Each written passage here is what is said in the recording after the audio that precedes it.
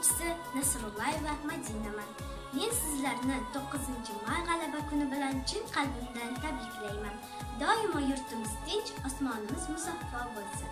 Assalomu alaykum mening qadrli ustozlarim.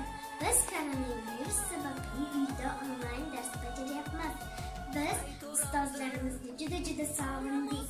Feruza o'qituvchimni va yana boshqa ustozlarimni juda sog'indim. Men hozir ustozlarimga adab she'r yodlab beraman.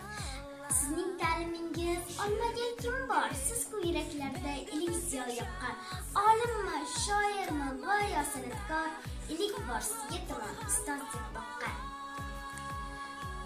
O'qituvchim, farzandlik shogird burchim, jonajon o'qituvchim, mehri jahonni kuchim. Shu she'rimni atayin bag'ishladim siz uchun, olqishlash mening burchim. So'zdan ipak qilib, qalbimni dutor qilib, olqishlash mening burchim, jonajon o'qituvchim. Biz sizlarni 9-may g'alaba kuni bilan chin qalbimizdan tabriklaymiz. Bukulayım şiinizde, şiiniz, şiiniz, tişilikten şirek.